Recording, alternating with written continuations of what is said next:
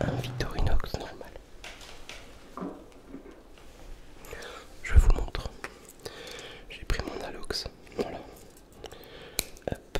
Et je sais pas si vous voyez un peu. Mais ici, on est à 2-3 mm de plus que là. Voilà. Forcément, quand tu fais la différence, on a au moins un petit centimètre en moins de lame.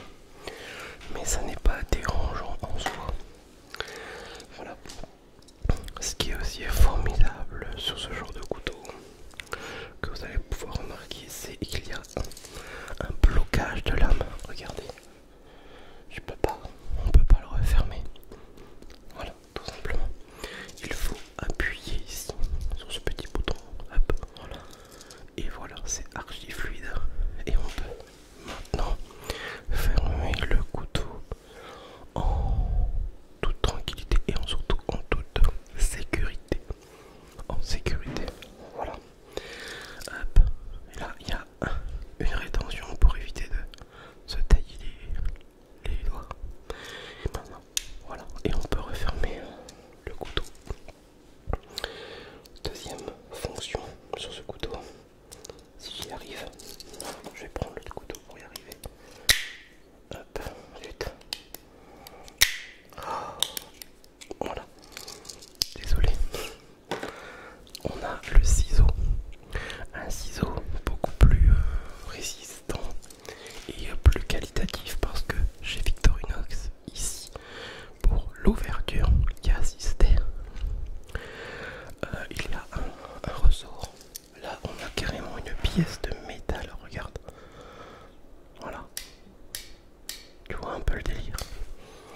On est vraiment le top, du top, du top en matière de ciseaux, de petits Suzuki couteaux pour se couper un ongle ou des petites bricoles. Voilà. Après, c'est pas un couteau de chasse, hein, c'est pas adapté, c'est pas fait pour.